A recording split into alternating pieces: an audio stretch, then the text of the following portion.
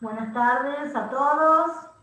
Bienvenidos a esta nueva conferencia dentro de este ciclo donde queremos despertar la conciencia espiritual y aprender a vivir de otra manera.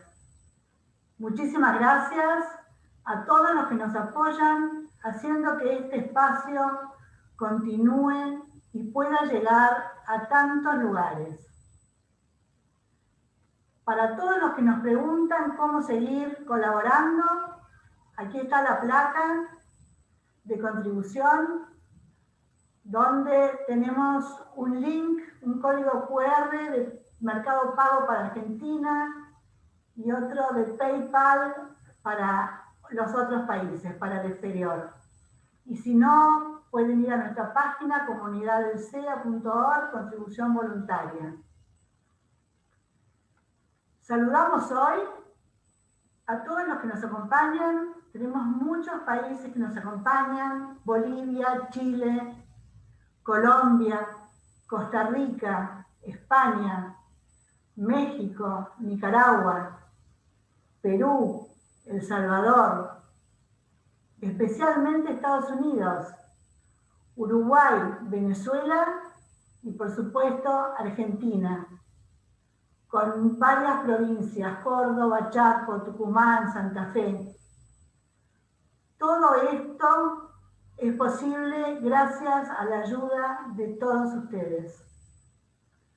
Muchísimas gracias nuevamente.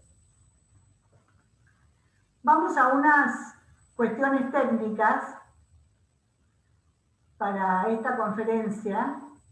Vamos a tener los micrófonos silenciados durante toda la conferencia, les pedimos por favor, para que no haya interrupciones y se escuche mejor y se entienda mejor. Y después va a haber, el chat va a estar abierto para las preguntas. Van a haber preguntas en inglés y preguntas en castellano. Sandra tiene puesto preguntas y Maureen tiene puesto questions. Así que ahí pueden hacer las preguntas que al final de la charla se recogerán e Inés se las hará a nuestra oradora. Nuestra oradora hablará en inglés y habrá una traducción simultánea. Entonces, los que están en computadora, en la parte inferior a la derecha van a ver un mapamundi y ahí pueden hacer clic y eligen su idioma, inglés o castellano. Y los que tienen celular, en los tres puntitos abajo a la derecha, ahí también eligen su idioma. Después, al final se van a abrir los chats para todos para que puedan despedirse. No sé si me queda algo, creo que no. Inés, te paso a vos la posta para que puedas presentar a nuestra oradora. Gracias. Gracias, Pía. Muchas gracias, Pía. Creo que todo lo técnico ha quedado claro. Y bueno, y hola, bienvenidos a todos. Qué increíble, otra conferencia más. Ya cuántas vamos. Y esta es apasionante. Esta conferencia y nuestra oradora, un lujo presentarla a Charlotte Radler. A ver si te veo, Charlotte, si la ponen a Charlotte ahora en Spotlight, por favor.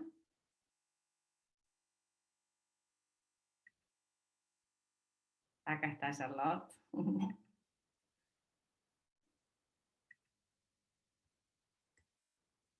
Está ya Charlotte ahí está. Bueno, bienvenida Charlotte, ya hemos conversado con ella antes.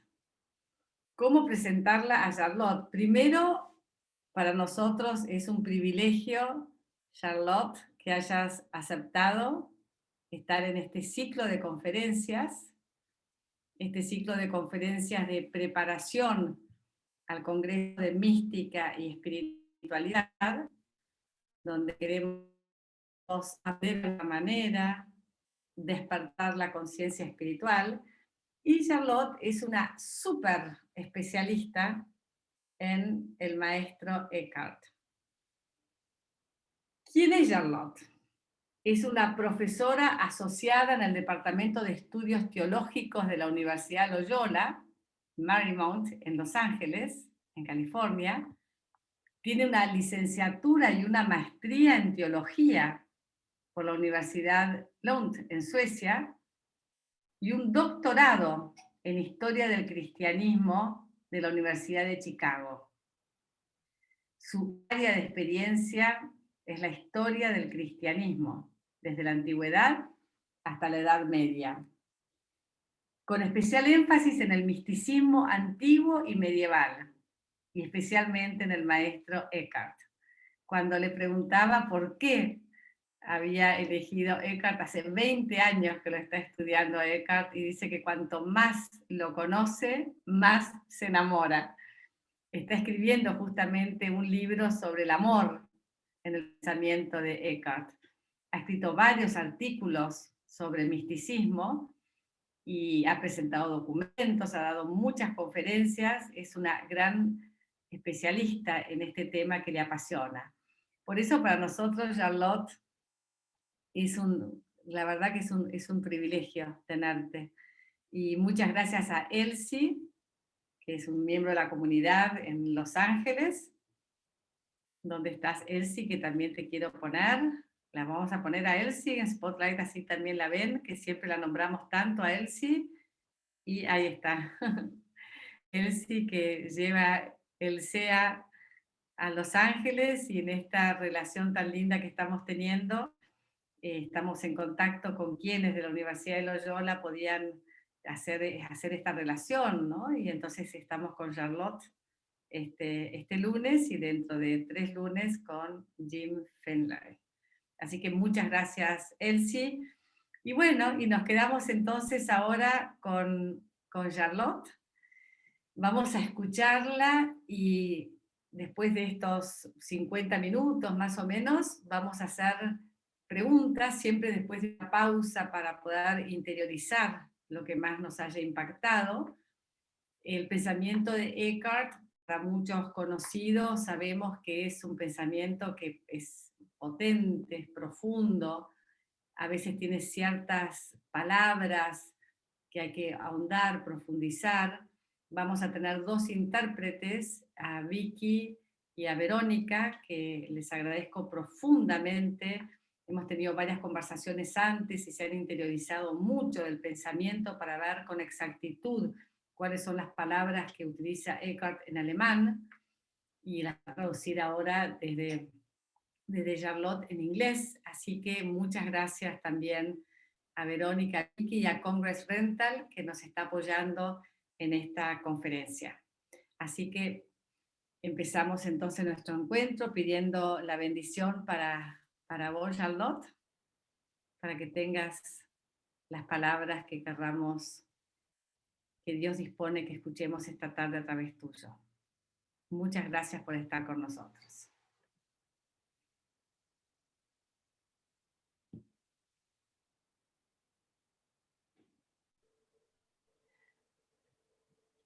Should I unmute or? Sí, ya Yeah. está. Okay. Vos Okay. te dejo el micrófono. Yes, I'm on. Okay. Well, first I want to thank everyone, specifically Ines and Elsie, for inviting me. It's such a privilege and honor to be here with like-minded people who share my passion and interest for spirituality and mysticism. So thank you very much for this invitation. So since we only have 50 minutes, I had to make the difficult decision about what to cover when it comes to Maestro Eckhart. Maestro Eckhart is one of the most complex Christian thinkers in the history of Christianity. He and Thomas Aquinas had the same teacher, and they were the ones, both Thomas and Eckhart, I think they were the foremost academics within the Dominican order in the Middle Ages.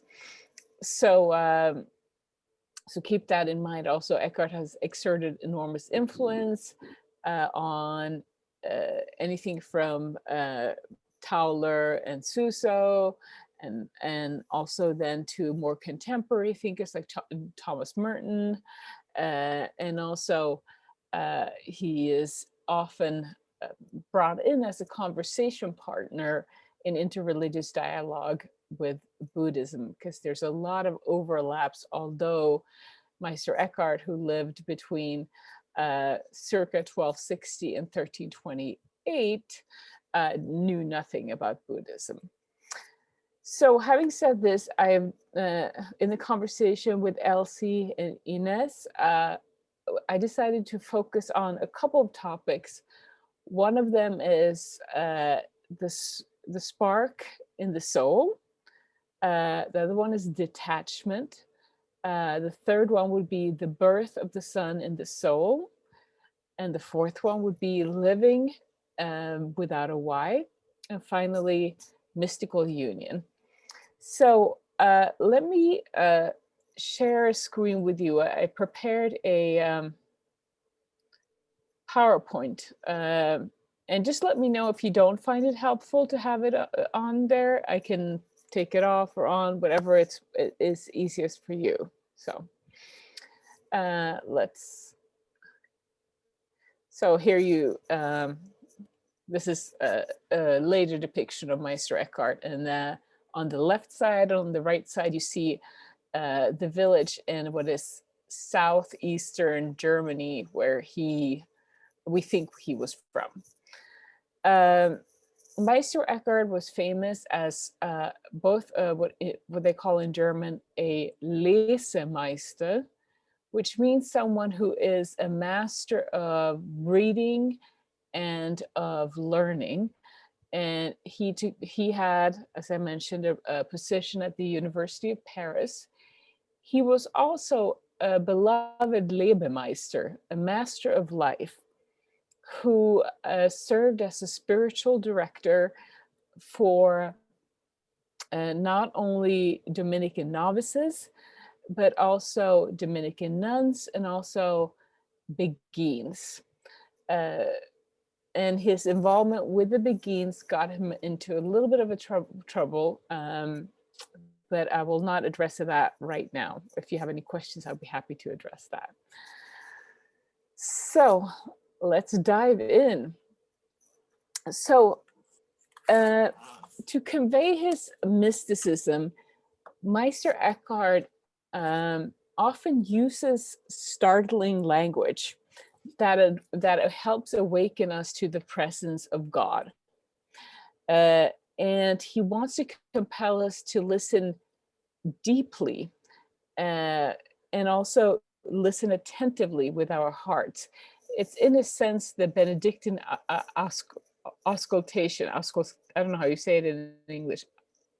Auscultation, where you really listen from your heart or with your heart.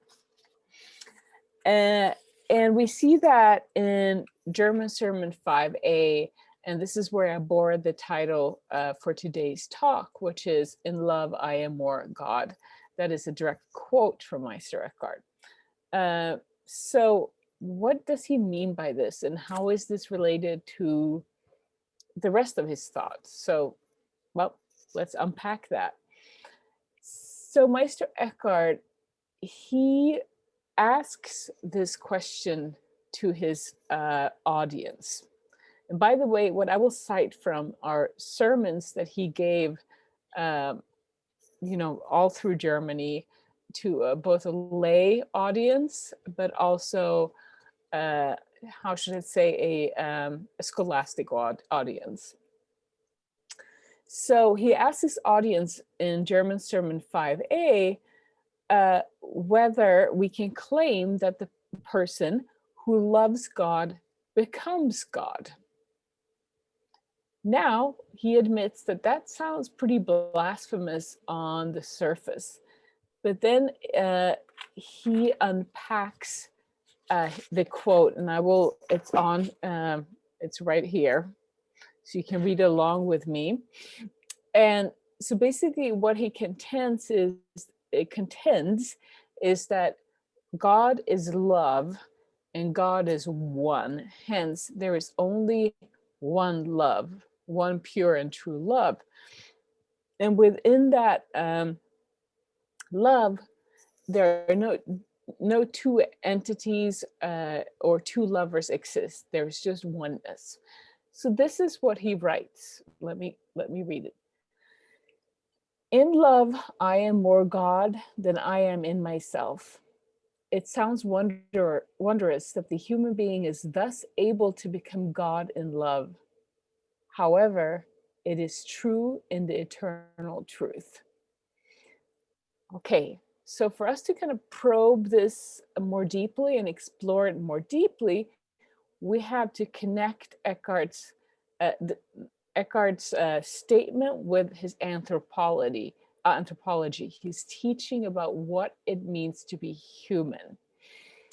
And so what Eckhart teaches is that the human being has basically two intersecting realities. So if we look at ourselves clearly as human beings on life's journey, we are, our existence is temporal and it's circumscribed, right? So that's one part of it that he not only acknowledges, but values as essential. But then he also contends and argues that within each human being, actually he would even say within each creature, there is a spark. He uses many words: scintilla, spark, castle, sprout, ground. There is this, so say this, it's this core or this spark within the human being that is actually uncreated, eternal, and divine. So a human being always lives in the intersection of humanity and divinity. So for Eckhart, they are not two binary choices, but they're intersecting. That does not mean that he conflates humanity and divinity. It just means that for him, there are layers and dimensions to us as human beings. And that spark or that core in our soul is one with God, and it's also one with all other creatures. So for Eckhart, the ultimate and wondrous truth is that we are all one on an eternal level. However, obviously on a temporal level, I can look at you here at your image, at your pictures, and I realize that although we are united in our interests in spirituality, we are distinct human beings, right? We are mortal human beings.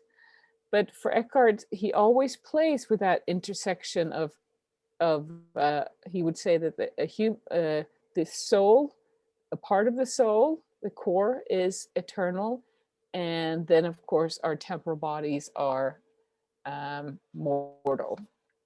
I hope that makes sense. So let me see here. So let me skip forward here, and here is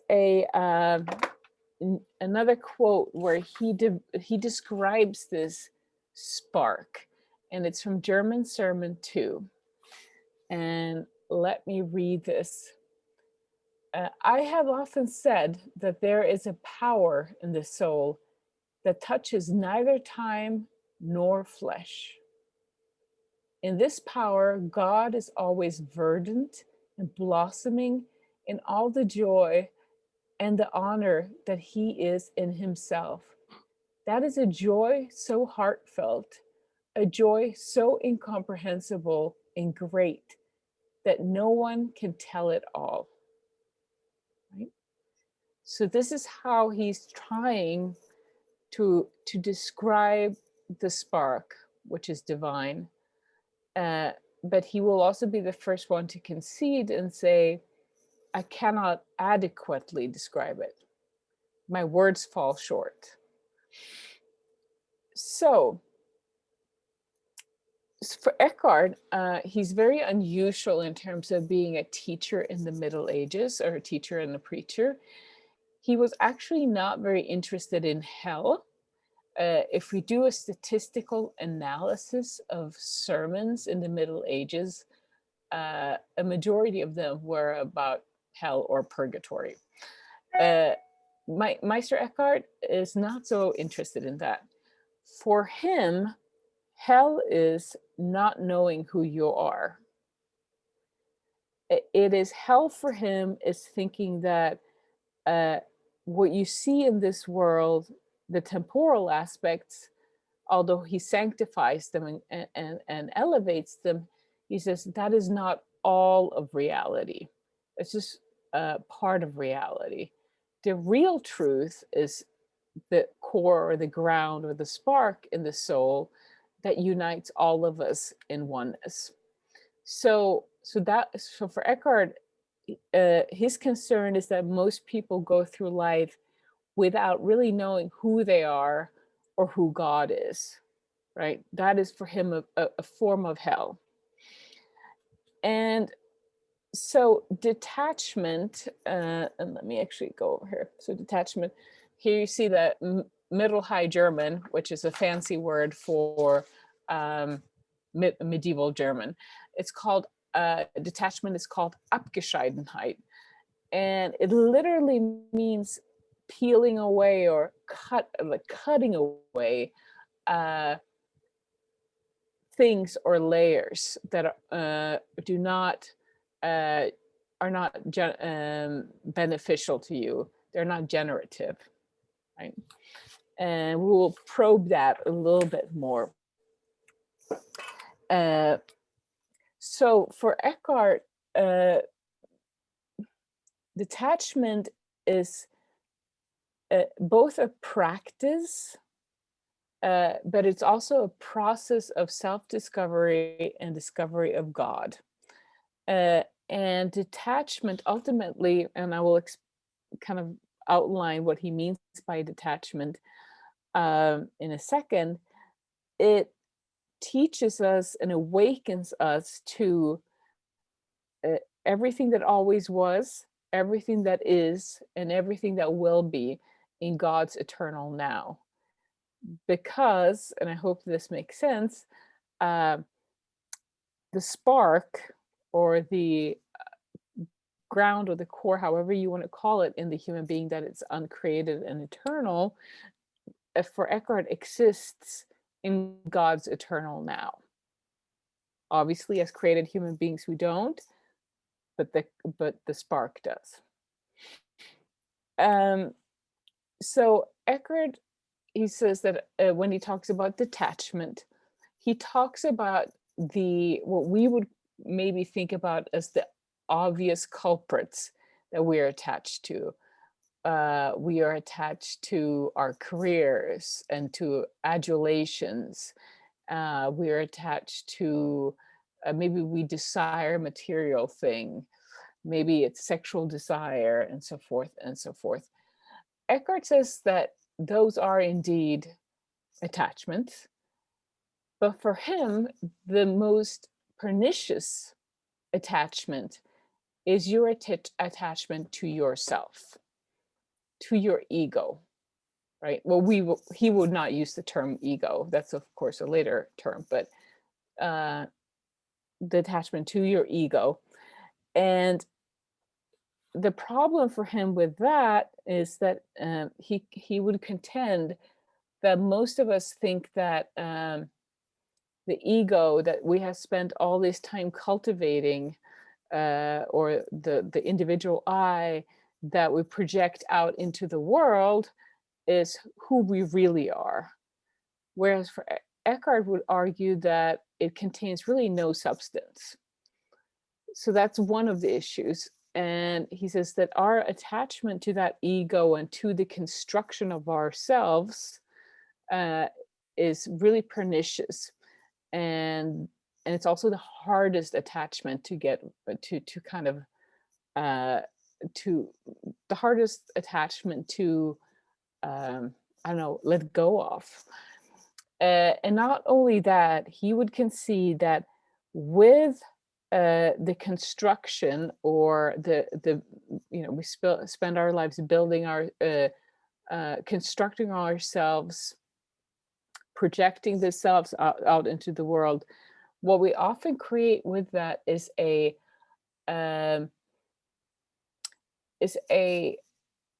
God, and I put God in quotation mark because he would say that is not really God, it is idolatry, because we create a God that matches our needs, desires, fears. So ultimately, just like we create a projection of ourselves into the world, we also create a projection of God into the world. And then we create this very elaborate system of worship to this God that does not even exist, but it's just a construction by us. So by the way, please feel free to, Ines, if it's not clear, to step in and ask questions. Clarísimo. Okay, thank you. So let me see here.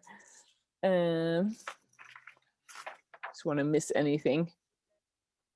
Oh, thank you so much, Ines. So ultimately for Eckhart, once you manages to detach, you're perfectly detached, then ultimately, and this sounds maybe less appealing or darker than it is, but for Eckhart, he claims that if you go through detachment, that leaves you empty and receptive to God and to other human beings. Because now you are not invested in the ego, you're not invested in the idolatrous God that you have created, but now you're open to the possibility of actually being in the world, authentically, and serving your neighbor. So let me see that I'm not missing anything here. I have so many notes. Yeah, so for him, ultimately, you have to be empty and receptive to God, and that happens through detachment. But like I said before, he will even say that God is detachment. That is for him he wouldn't say definition of God, but he would say that is, as far as our language falls short, detachment comes close to describing what God is, which is in essence nothing of what we put into our construction of God, if that makes sense. It's empty, it's silent, it's quiet, and it's spacious.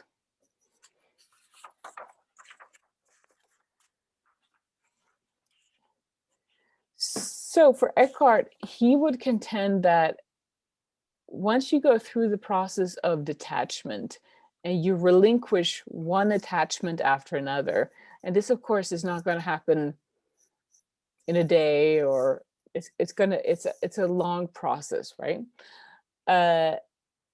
Once you go through that, you have a change of perspectives, and your perspective is transformed. And now, instead of having that focus on yourself and on the God that you created, you realize that again, that you recognize on a daily basis in your lived spirituality that we are all interconnected and one. Everything of all of creation is interconnected and one because of both detachment and the spark or the ground of the soul. And so for him, that is the most wonderful and wondrous truth, right?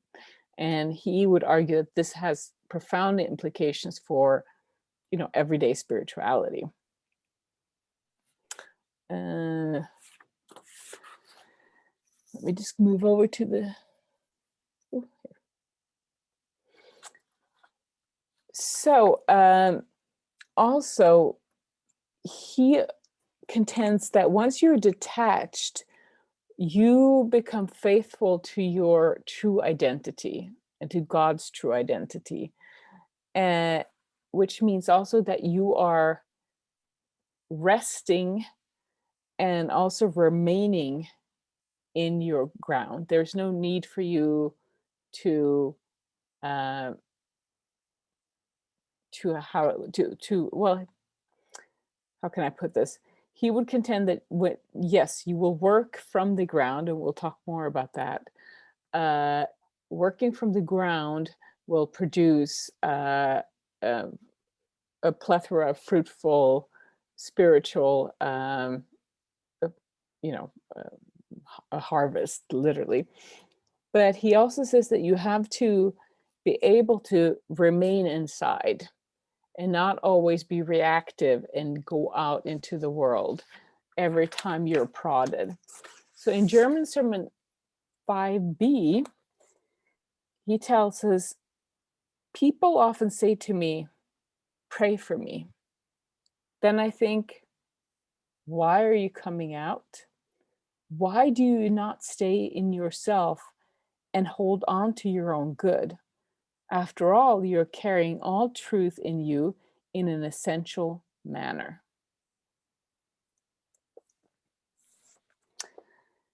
Also for Eckhart, he likes to, in his theology, link detachment with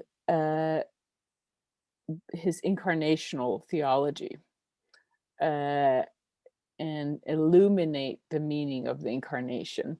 And he also, when he links detachment to the incarnation, he also links it to the golden rule, which is, of course, you should love your neighbor like yourself and God above else, God above else. So let me just see here. Okay. Did I not put this? Let me see here. If I have this, I might have to go back. Yeah. So let's read the 12 here. He says, if you love yourself, you love all human beings as yourself. If you love yourself, you love all human beings as yourself. As long as you love one single human being less than yourself, you never truly loved yourself. That is, unless you love all human beings as yourself, all human beings in one human being, and the human being is God and human being. So, okay, so this is not the most easy phrasing, but basically what he contends is that when Christ, in the incarnation, Christ did not just take on one particular human nature. Eckhart claims that he took on all of human nature. And he also contends that we as human beings are called to take on, and not only take on, but realize that we are that one human nature. There is not, this human nature is not divided up into pieces and parcel, but there's just one human nature that Christ took on, and it's one human nature that all of us live in and through.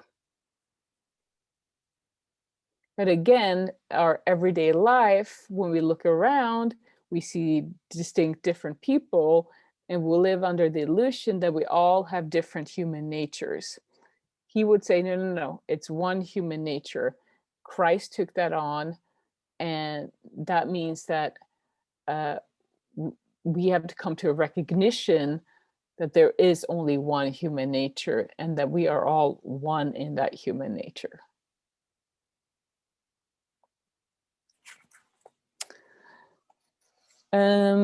So let me see here. I have to go back because I did this in a slightly, no? Okay, sorry. Okay, so sorry, I had to go back and forth because I did change a couple of things from the PowerPoint and my and what I wanted to talk about. Eckhart has a very, very famous sermon. It's actually his German sermon 1, where he tries to convey what he means by detachment by using a biblical example, a New Testament and a biblical example. And the one that he picks, we find in all 4 Gospels, and that is Jesus's discontent with the commerce in the temple, and also with all the vendors that are selling things, right? So keep in mind the way Eckhart reads this, which may be very foreign to how we read things, because we quote unquote have come up in a postmodern era with you know, a historical study of scripture and so forth. You know, he's in a medieval context where he is more influenced by Origen and other early Christian authors that taught us that there's a literal meaning to scripture, there is a moral meaning to scripture, and then there's a mystical meaning to scripture.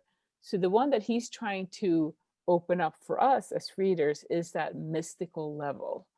The word that I think Origen uses is apoptics. I don't actually know the etymology of that, but so keep in mind, so he takes this very famous example of Jesus clearing out the temple, being discontent with the vendors. And so what becomes very clear in the sermon is that the temple is a metaphor for the human soul, and how it's just full of, in general, just full of things and sounds and things, and what else was I going to say? And just for what Eckhart will say, it creates a spirituality that is a mercantile spirituality. So let me kind of explore that a little bit. So what Eckhart states is that most human beings, most people who, excuse me,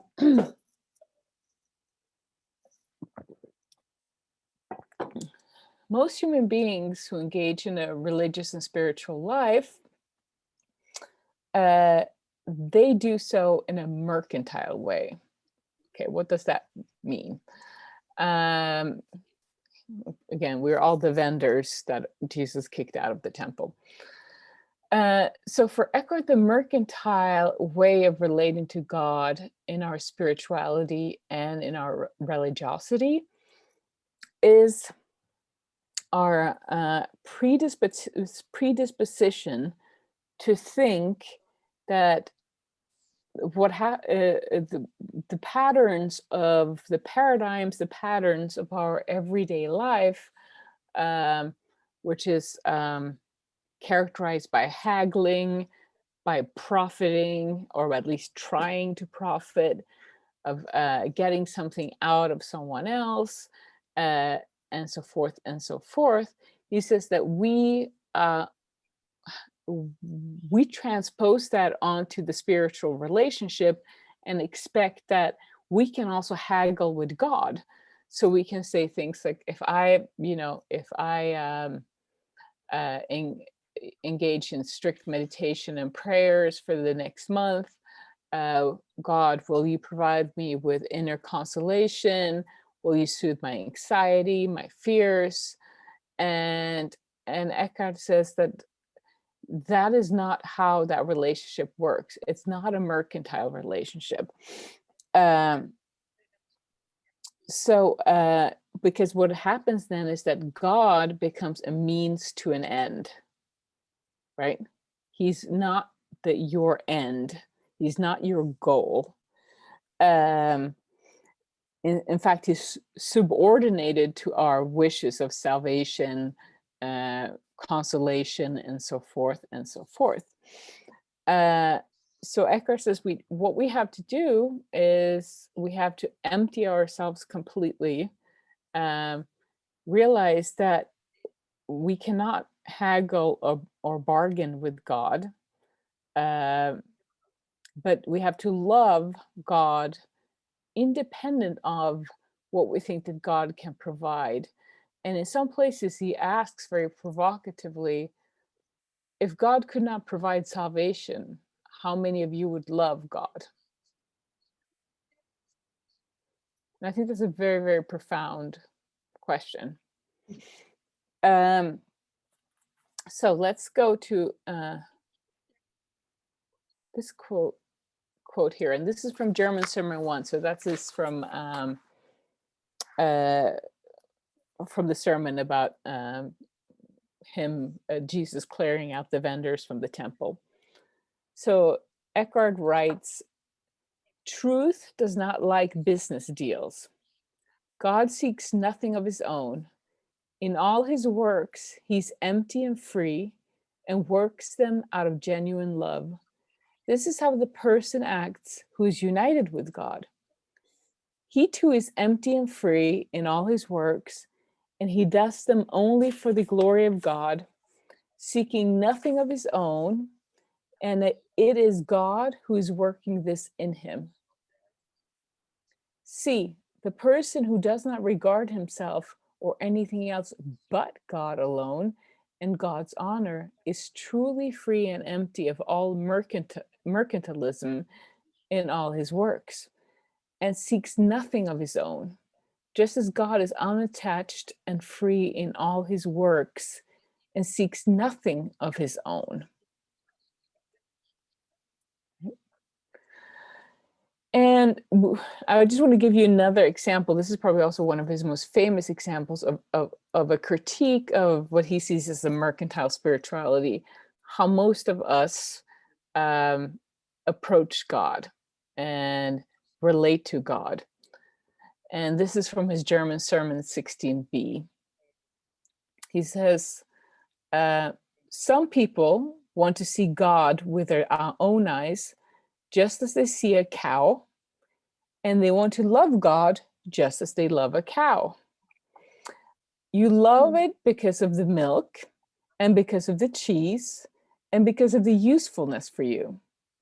This is how all the people act who love God because of the external riches or because of the internal consolation.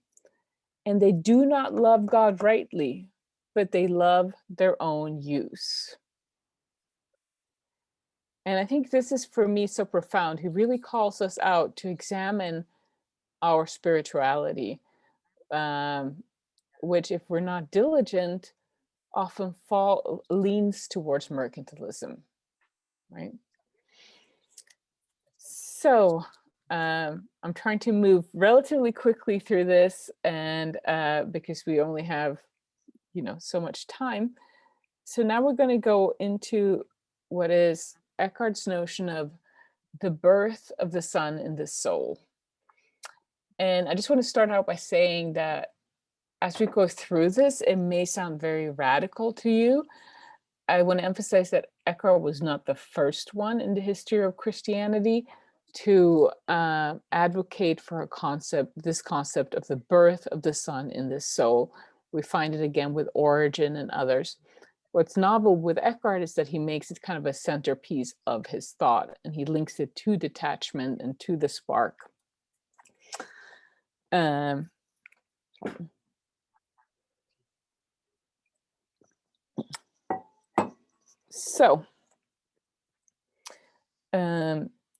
So for Eckhart, through detachment, your soul is completely empty and receptive of God. And he contends that with this emptiness and receptiveness, the human being becomes part of the inner Trinitarian life, of the inner Trinitarian love, and the inner Trinitarian motion. And I want to emphasize, and we can get back to this in the discussion, for him, this is not a metaphor. He believes that because of the spark and because of detachment, we are part of that inner Trinitarian motion. And he says that detachment compels God to give birth to the Son, and the Son is Jesus Christ, in the soul, in the human soul, and so God gives birth to the Son in the soul, and the human being becomes the Son. Again, for Eckhart, it's not metaphorical. And I want to emphasize, he doesn't say that you become the Son of God in terms of your the temporal aspect of your existence, but in terms of your the eternal aspects of your existence, the spark, the detachment, and so forth. So, and he says that once you become part of that inner Trinitarian love and motion, it's almost, he uses the metaphor of an echo. He says that that you, similar to an echo, you bounce back and forth from the same, in the same, through the same, and to the same. And he says, and then you can say, the perfectly detached soul can say with God, I have given birth to me as you, and you as me eternally. That is, I have given birth to me as you, and you as me eternally. So if we look at our temporal circumscribed life, on life's journey, we tend to have birth and death as bookends, right? But for Eckhart, for him, the mystical birth and the mystical death coincide. So they're no longer bookends, but they are integrated in his thought. And so he says that the mystical death is, in a sense, detachment that prepares us for the mystical birth of the Son and the soul. Okay, so let me say that again. The detachment is a form of mystical death that empties us and makes us receptive, and then prepares us, or again renders us receptive for the mystical birth of the Son in our soul. And now I'm just going to give you. I'm going to look at two quotes. And they're pretty dense, so don't despair if they're not absolutely clear from the beginning. So the first one is from German Sermon 5b, and here he links the notion of birthing, i.e. the birth of the Son in the soul, to a lived mysticism from the ground or from the core. And this is what he says. As truly as the Father in his simple nature gives birth to his Son naturally, as truly does he give birth to him in the innermost part of the Spirit. And this is the inner world. Here God's ground is my ground, and my ground is God's ground. Here I live out of my own, as God lives out of his own.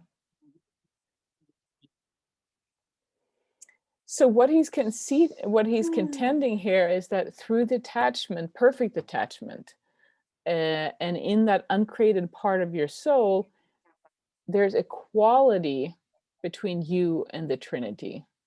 You are the Son of God. You're not like the Son of God, you are the Son of God. And I know that might sound, it did sound very shocking to me, when I first started studying Eckhart. But if you look at it within his broader system, and I recognize that today I just give you a very, very brief sketch of it. But if you look at it within his broader thought, it makes sense. And it's less scandalous than it sounds. So we're also going to look at German Sermon 6, because this is probably the most famous passage that talks about the birth of the Son in the soul. And this is what he, again, and this is a dense quote, so bear with me, please. Quote, the Father gives birth to his Son continuously. And I say more, he gives birth to me, his Son, and the same Son. I say more, he does not only give birth to me, his Son, further, he gives birth to me as himself, and himself as me, and to me as his being and nature. In the innermost source, there stream forth in the Holy Spirit. There is one life and one being and one work. Everything God works is one. Therefore, he gives birth to me, his Son, without any distinction. By the living God, this is true. There is no distinction. So let me see here. I'm going to just skip a little bit ahead, and we're going to jump to his living and working without a Y, which is also such a central concept, and I hope can maybe speak to the practices and the life in your community. So for Eckhart, detachment and living without a Y are interconnected. And he says that the only way that we can truly live in the world, not for ourselves, but for everyone, is if we do it, if we live and work without a Y.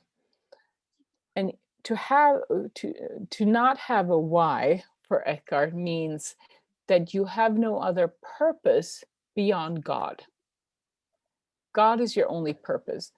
And keep in mind that God is the one, and God encompasses everything. And because of, again, the core and the ground that is uncreated, there is a unity between all of creation and God. So in essence, if we are detached and we live and work without a Y, we do God's work, is what he would claim. And he says we should practice virtue, but we cannot possess it, he says. It is this free flow that comes from God. God being love and overflowing in works of love, right?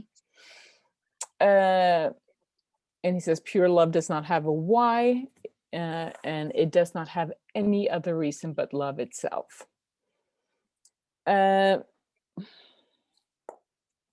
So what's interesting about Eckhart is that he,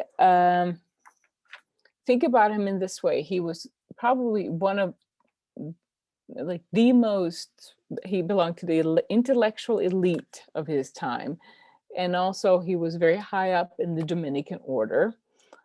But he ruffled some feathers by stating that what he really values is a mysticism of everyday life. He says it's not better in the church than it is in the field, right? He says ultimately it's all about detachment. You can go into a monastery, lock the door, throw away the key, and if you have not gone through internal detachment, then ultimately what's the word I'm looking for? Give me a second here.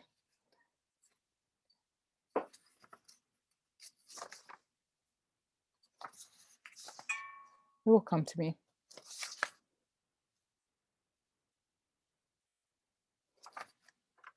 We'll return to that in a second. I forgot the words I was looking for. So anyway, so for Eckhart,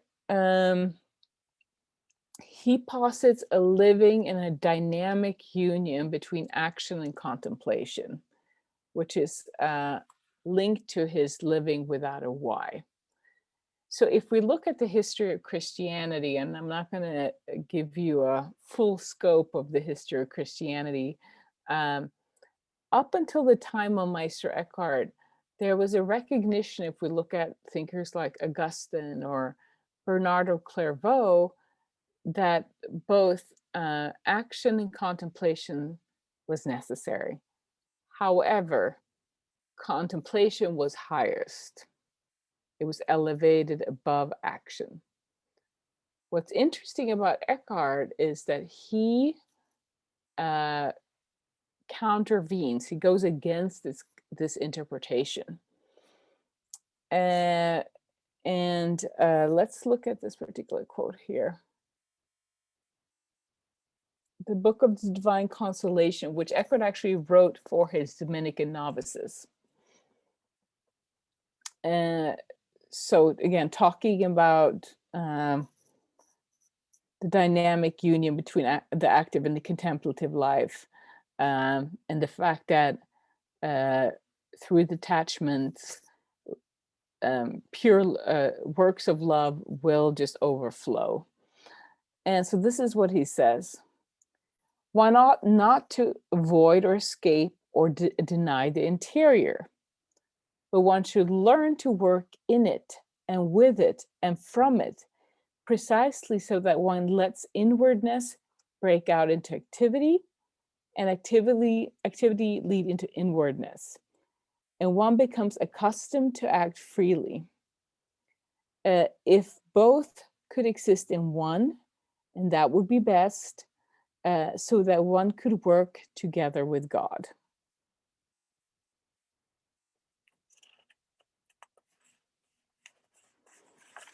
So now we're coming to probably his most famous, no. Okay, let me.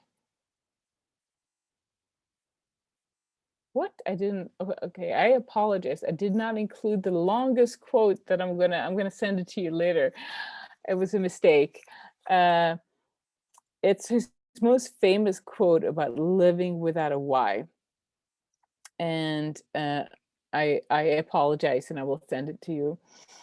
Here he talks about the true freedom that is involved in living and working without a why. That is having no other purpose but love, and love is God, right? So, so this is sermon 5b. And he says this kind of whylessness will provide you with an effervescent joyfulness and freedom that is indescribable. So this is what he writes, and I apologize. I wish I had it written down for you, but I want to read because it's such a famous passage. He says, so long as you work all your works from the outside for the sake of the kingdom of heaven, or for God's sake, or for the sake of your eternal blessedness, you are truly wrong. That is, you have another reason but God. Truly, when people think that they receive more of God in inwardness, in devotion, in sweetness, and in different inflictions than they do by the fire or in the stable, you are not acting differently than if you took God and wrapped his head up in a cloak and pushed him under a bench. Whoever seeks God in ways, he takes the ways and loses God, who is hidden in ways.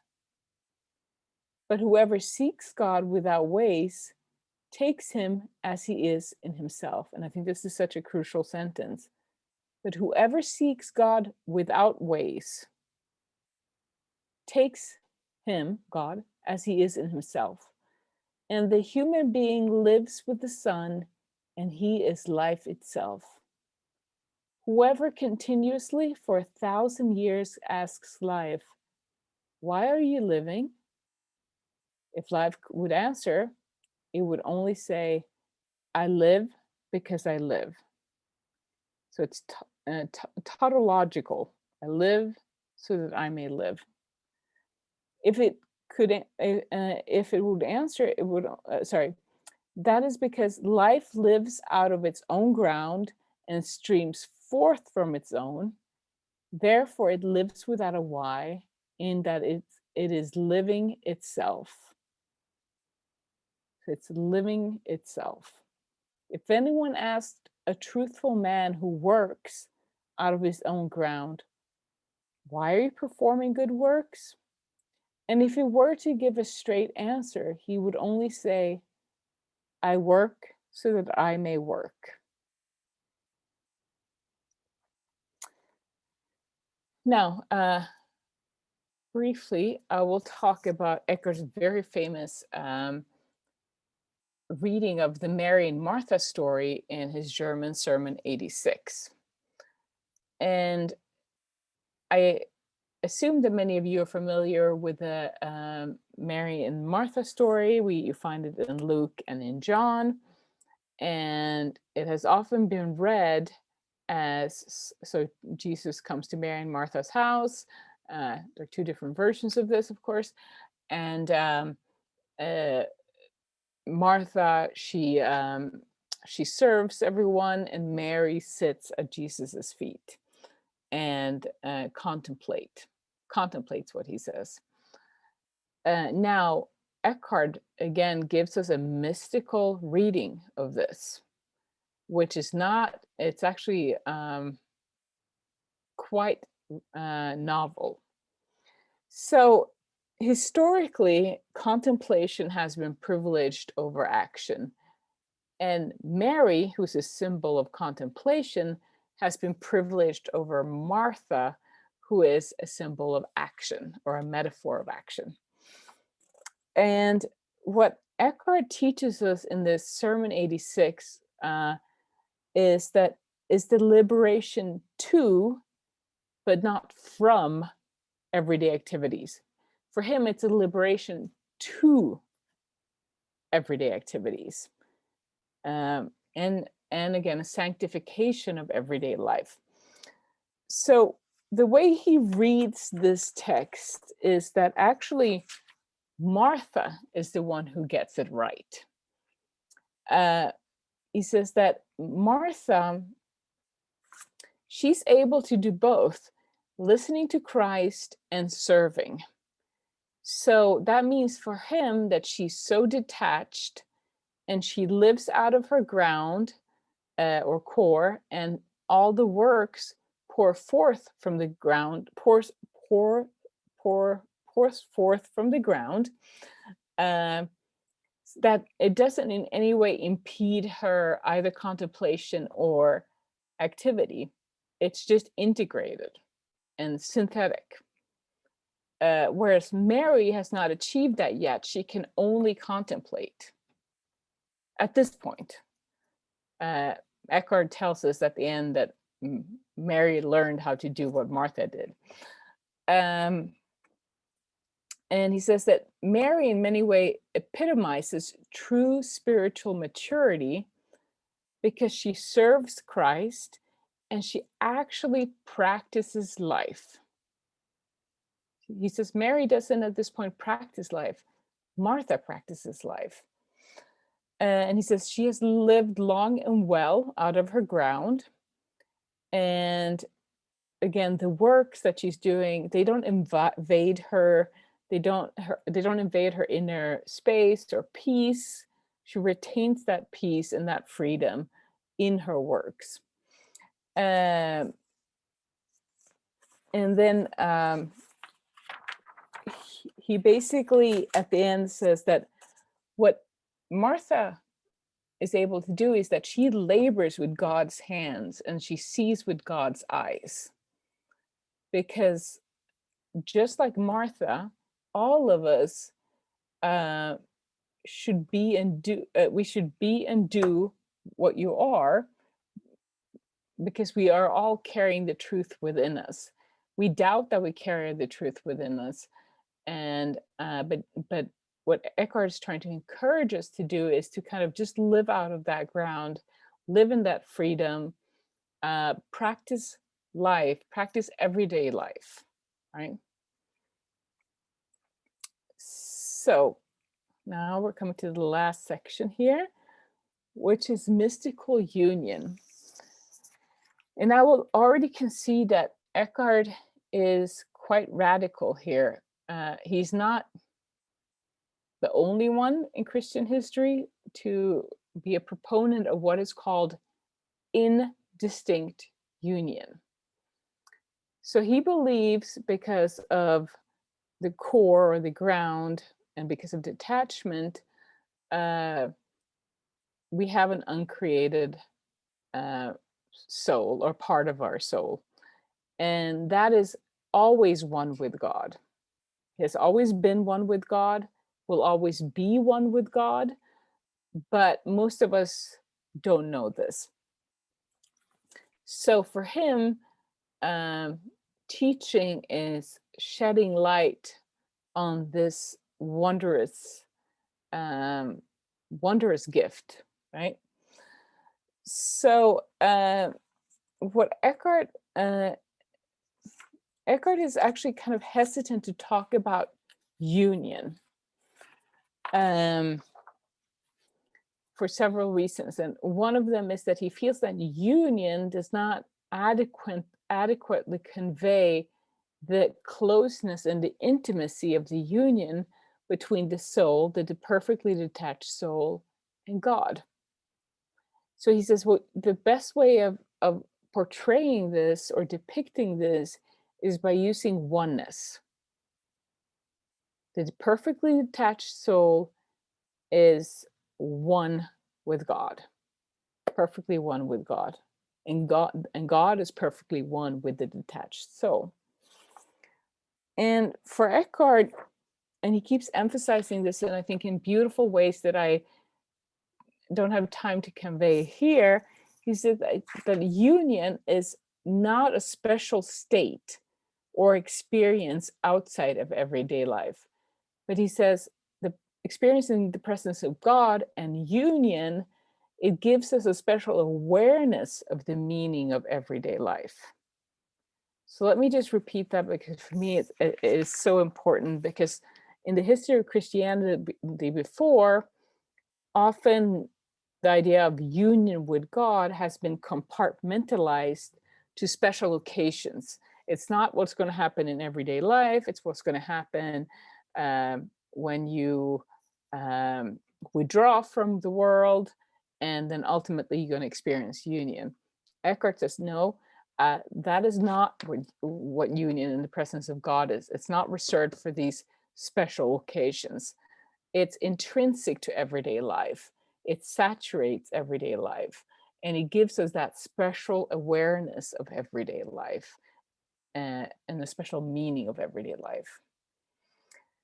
And let me see here. So Eckhart, we're just going to look at the last two quotes here, and then we can open it up for questions. So this is what I was trying to find the words for before. So he says that for him, just in line with not compartmentalizing union and saying that belongs to special occasions, he also says that you will have and experience God equally in the street or the marketplace, or in the church, or in your monastic cell. It's all about your inner disposition, right? And so he says, ultimately, external solitude will not help you if you don't have internal solitude, i.e., if you're not emptied, you're not detached, you're not receptive, right? That is for him internal solitude, emptiness, receptiveness. So he says, you know, you can, if you want to, you can go into a monastery, lock the door, and practice external solitude. But for him, ultimately, external solitude is nothing if it's not integrated with internal solitude.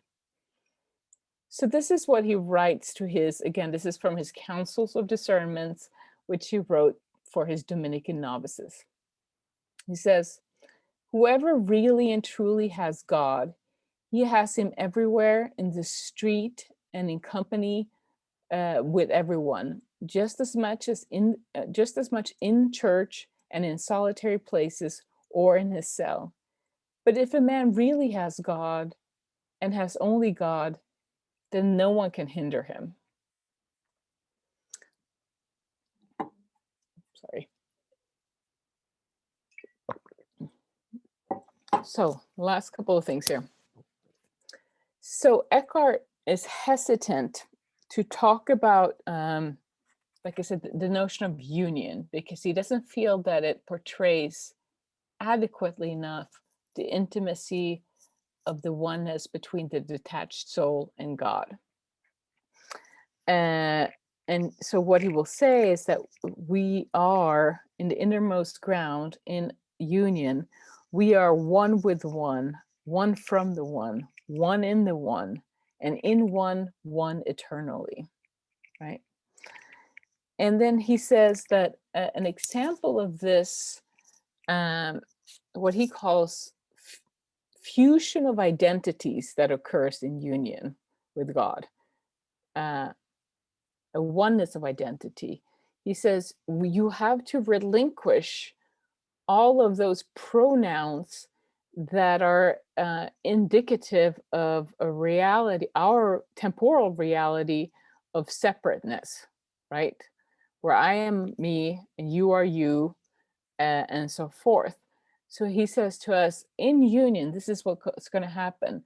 All the pronouns are going to be erased.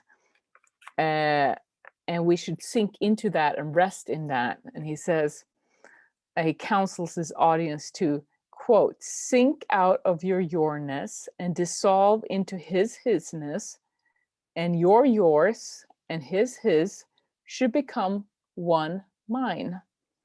So holy that you with him understand eternally his unbecome, which means uncreated, isness, and unnameable nothingness. So the last quote I'm going to show you is probably one of his most famous quotes in terms of describing that union and that fusion of identities between the detached soul and God. And often if you read texts about interreligious dialogue between Buddhism and Maestro Eckhart, this quote will almost always emerge. And it's Sermon 12. And he talks about the fusion of identities through the metaphor of the eye. And he writes, the eye in which I see God is the same eye in which God sees me.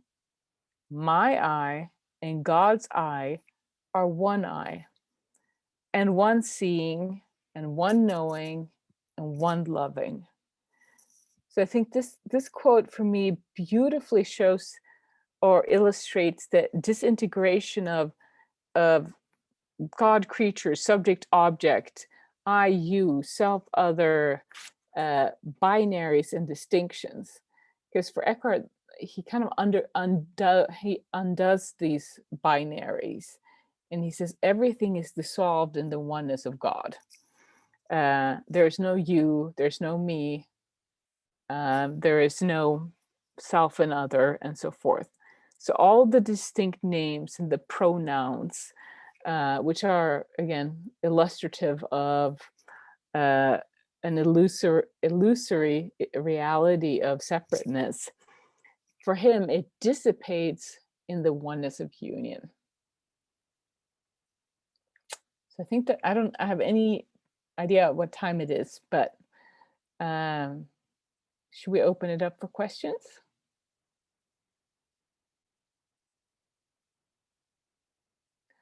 I can't hear you, Ines. Muchísimas gracias, Charlotte. Thank you so much. Antes de hacer las preguntas, te pediría, Agus, Yeah. vamos a poner el sitio para darnos tiempo para dejar que nos impacte lo que hemos escuchado.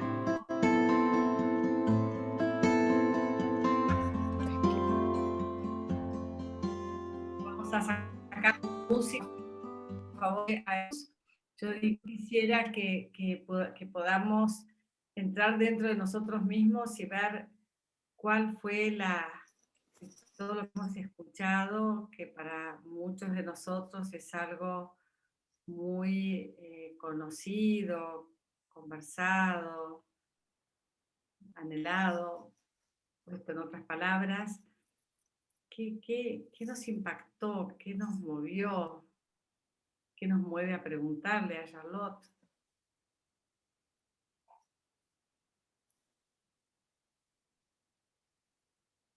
Escuchando estas palabras, esta experiencia de Eckhart, dejemos que se despierte en nosotros este fuerte deseo de esta unión, de este misticismo en la vida cotidiana, cosas tan conocidas y queridas. ¿Qué nos despertó? ¿Qué queremos preguntar? Hacer un ratito de silencio.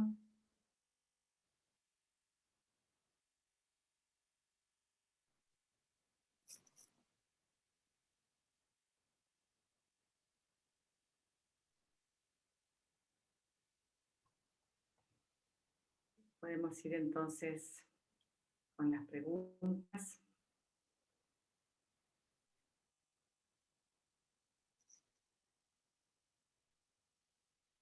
Vamos a ir con las preguntas entonces ahora. Te voy a pasar de a 3 preguntas, Charlotte. Acá alguien que dice: el infierno es no saber quién eres tú y quién es Dios. ¿Cuál es entonces el camino de autoconocimiento y de conocimiento de Dios que nos propone Eckhart?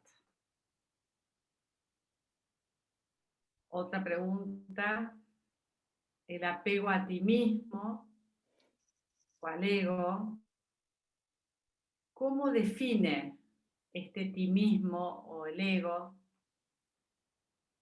Eckhart? Y la tercera podría ser, hay más, pero vamos a ir de a 3. Sería, de acuerdo a Eckhart, que nos indica cómo nos damos cuenta que estamos desapegados.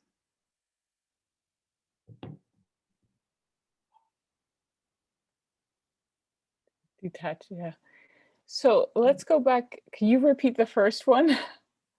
Sí. Please.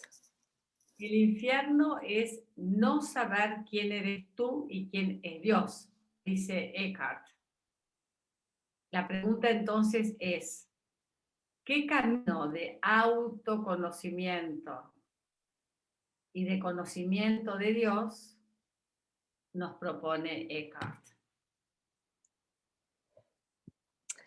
This is an excellent question, and I will speak just both as a scholar and as someone who has integrated Eckhart in my own spiritual life.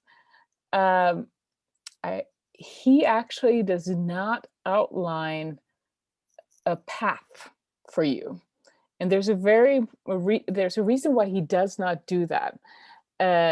If you look at the history of Christianity before, there were often the 3-step, purification, illumination, and so forth and so forth.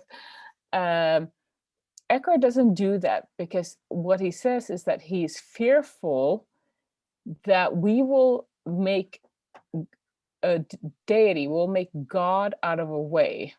So you create this way to God that you think is going to help you unite with God. And he often uses the metaphor of you use a torch and you throw away God, and the torch that's leading you on the path becomes God. So he's so fearful that we will develop attachment that he does not actually outline it. And Eckhart is a very profusive author. He has written a good 8,000 pages, and we know that a lot of it is lost, but it's been both. I both understand why he doesn't do it, but there's also a little bit of me that wishes for wish he could give me more guidance. Does that make sense? Yeah. Perfecto. Okay. So the second one. La segunda pregunta es, ¿cómo define el ti mismo, el ego, Eckhart? Mm-hmm. Mm-hmm. Actually, it's interesting because he defines so he plays with the concepts of nothingness, and he will say that God is nothing in a transcendent way, insofar as that God is no thing. God is no particular thing. What he will say about the self, and keep in mind that this is before Descartes, when we have the Cartesian revolution, where we have a more modern sense of what it means to be a self and an individual. So he writes before that. So we have to take that into account. So he doesn't have the same sense of what it means to be a self and an individual as we have. But he says that basically that self, even though it serves a function in this life, it is empty. It's there's no substance to it. It's nothing, but not in a transcendent way. So for him, again, the language that he can use to express the notions of self and individual selves are a little bit limited because of the time that he wrote in. He just sees that the self tends to become a golden calf, right? That and everything else pivots around this golden calf, this idol, right? So for him, the self is what often precludes us from entering into true relationships with other human beings, because we are so defensive of ourselves, and also into union with God. So ultimately for him, if I should just answer it in a very concise way, is that for him, it is nothing but in a negative way. And it's as if we have built a castle out of air around, if that makes sense. There's nothing there, but we have built something around it that we have elevated. But for him, it's really it has value in our temporal existence, but in terms of, we can never conflate it with our eternal core, our ground, our uncreated ground. For him, that is the true self. Our temporal self is not our true self. It doesn't mean that it's bad. He doesn't make value judgment in that case. He's only concerned with the individual self, or what we today would call the ego, if it takes up, if it subsumes and takes over the place of where God would be, right? And we are, instead of living in the oneness of love that is God, we are living focusing on how to gain the most spiritual or worldly profits for the individual self. Does that make sense? Perfecto, perfecto. Otra pregunta, Charlotte. Y acá nos diría una persona, ¿qué nos indica, cómo nos damos cuenta que estamos desapegados?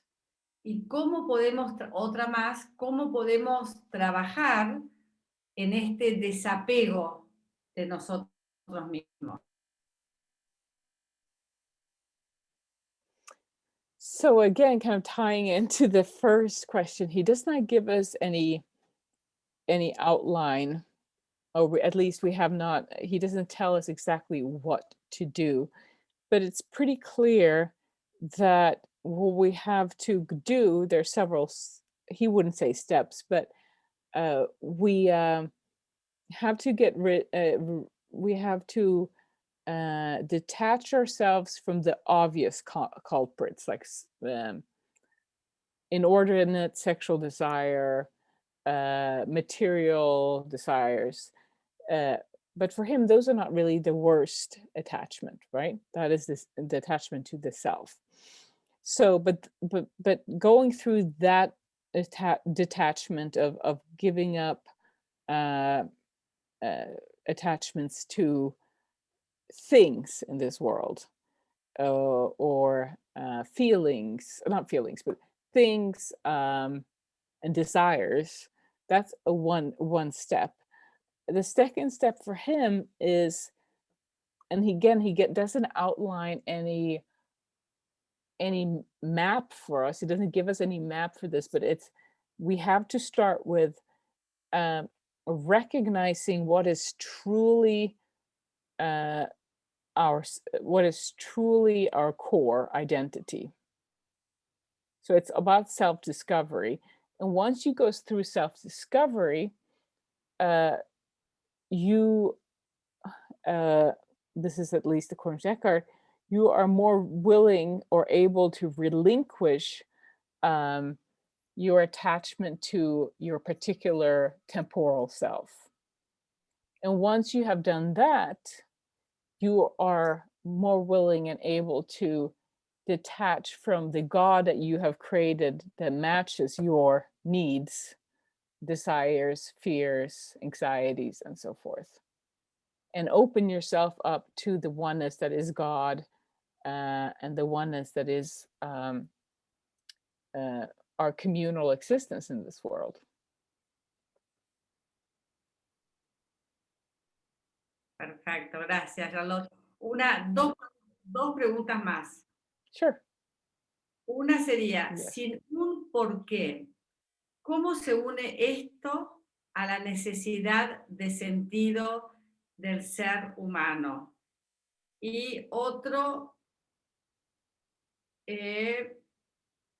la conciencia de unión con Dios, ¿es constante o es una conciencia que va y que viene como nuestros estados anímicos o del alma? Okay, again, all are great questions. So can you repeat the first one, please? So I answer it fully. Sin un porqué. Yeah. ¿Cómo se une esto? ¿Cómo se relaciona el vivir sin un porqué a la necesidad de sentido del ser humano? Exactly. So Eckhart argues that if you live without a why, then you have no other reason but God. But since if we look at his notion of the spark, he would contend that we are all one with God.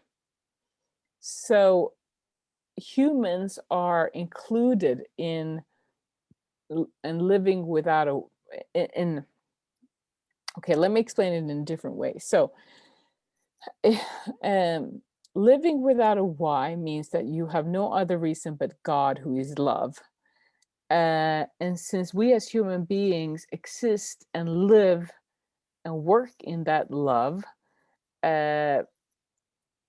he would contend that living and working without a why entails detachment, but it's also only when you're perfectly detached and that you have no other why or no other reason to serve your neighbor but love, that you can truly be in the world and truly serve.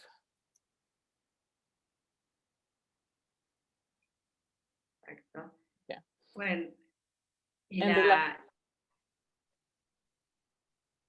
And the last one about union.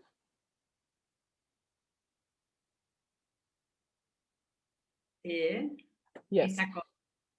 So the one about union is very interesting. So Eckhart argues that we always were, always will, we always were, we always are, and we will always will be one with God.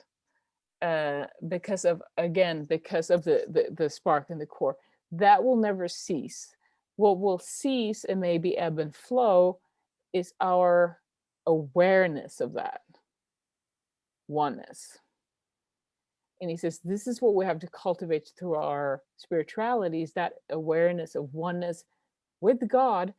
But with that oneness with God is also the oneness with all of creation. What's interesting is, so he writes at a time before we have even eco-theology, and he says we need to include the animals in this. So, which is pretty progressive for someone in the 13th, 14th century. So, yeah, he's quite remarkable. Yeah. Acá dos últimas preguntas. Una es, alguien pregunta si con respecto a la unión mística, siendo contemporáneo de Abu Falia, como cabalista dentro del judaísmo, y de Rumi en el Islam, creador del sufismo, ¿se sabe si hubo intercambio entre ellos? Yes.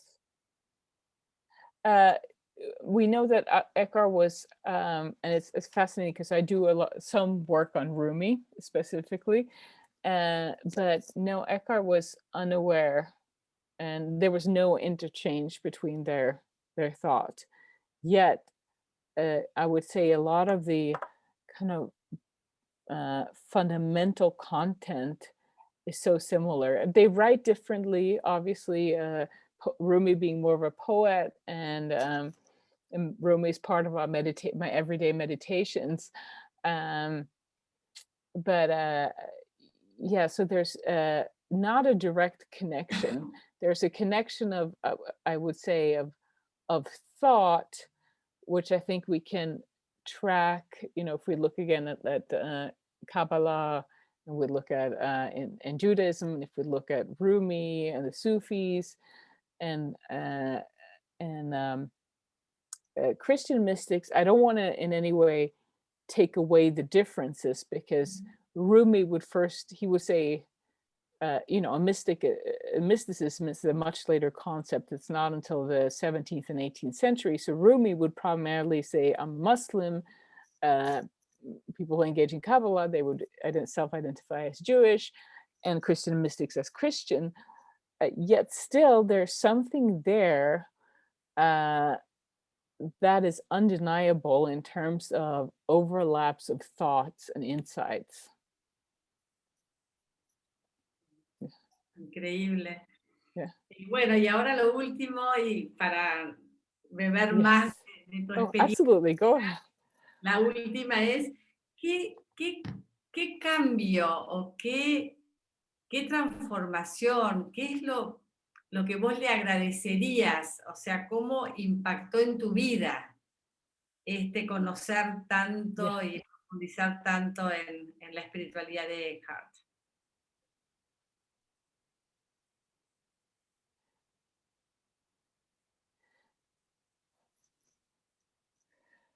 I mean, there's so many things, but if I can just pinpoint a couple of things, what for me has been very life-giving is the idea of not only the oneness with God, which is wonderful and overflows in works of love, but also the fact that we, as a creation, we are one. That is the ultimate truth for Eckhart.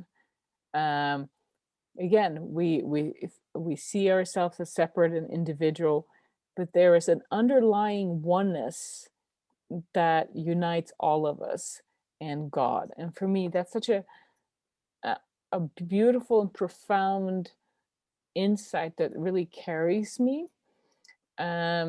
Also, what I really appreciate in his historical context is how he refuses, compared to all the other mystics that not all, but many of the mystics that I've studied, to say that no, mystical experience, experiencing the presence of God, union with God, is not for a spiritual elite.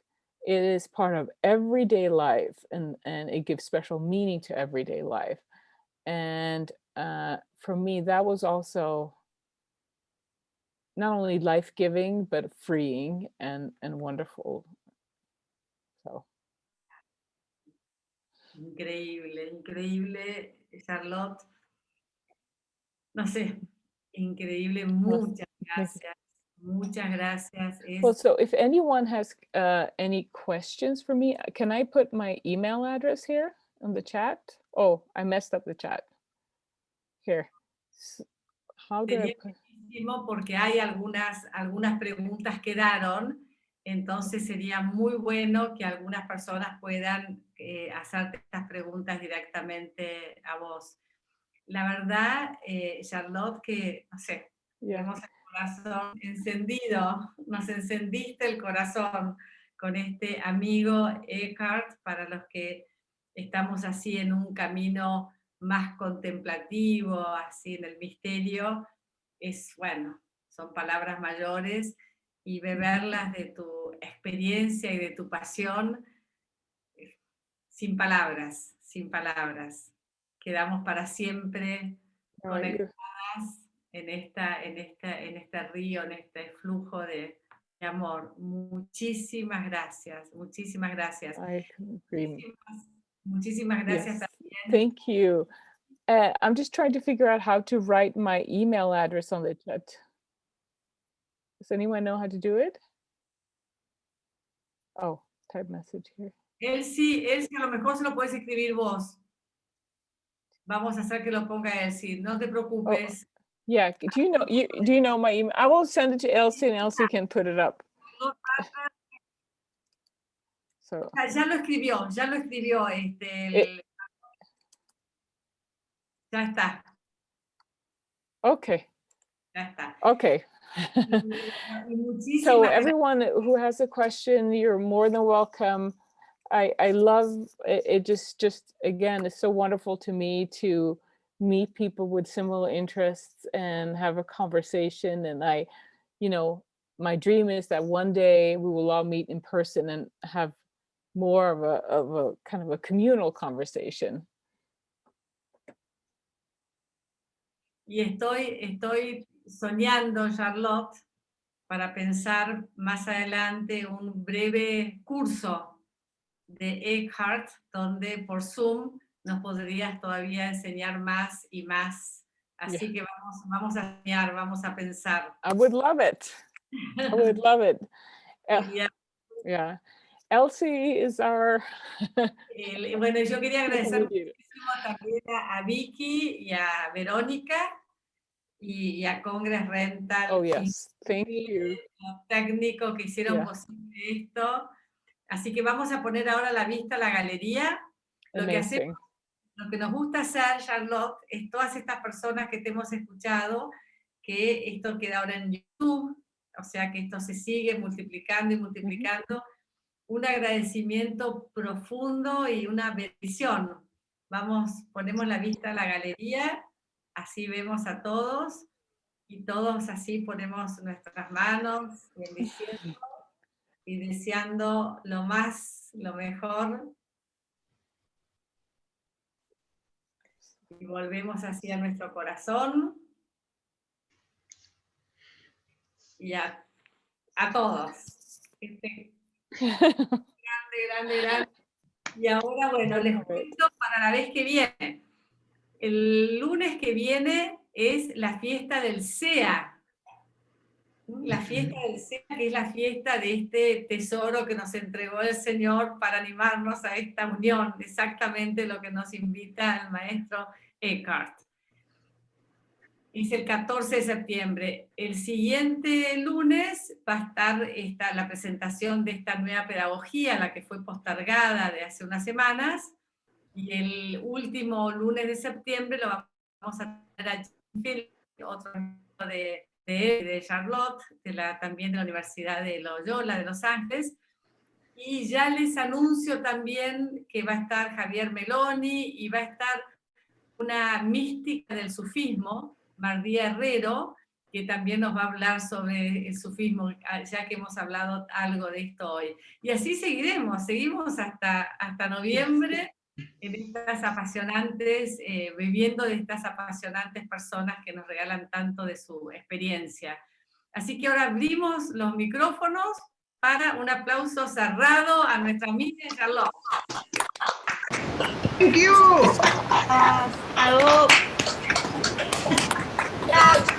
Thank you. Charlotte.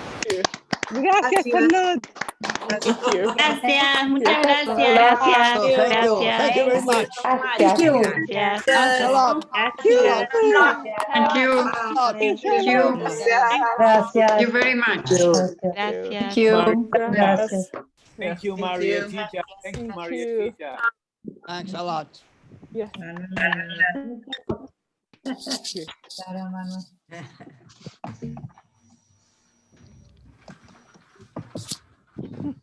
Thank you very much.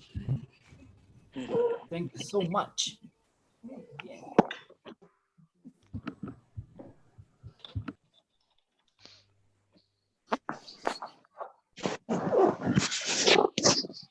Bueno, muy bien.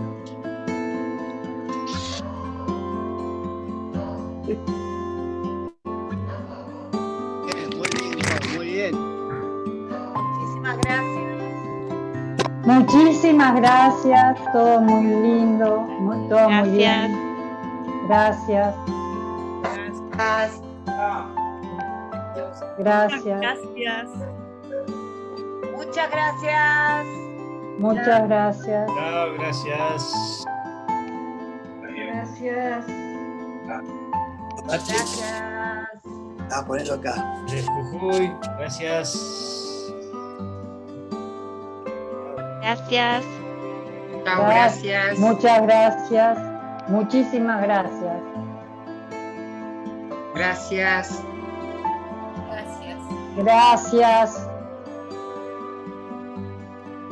Gracias. Bye, bye. A ver.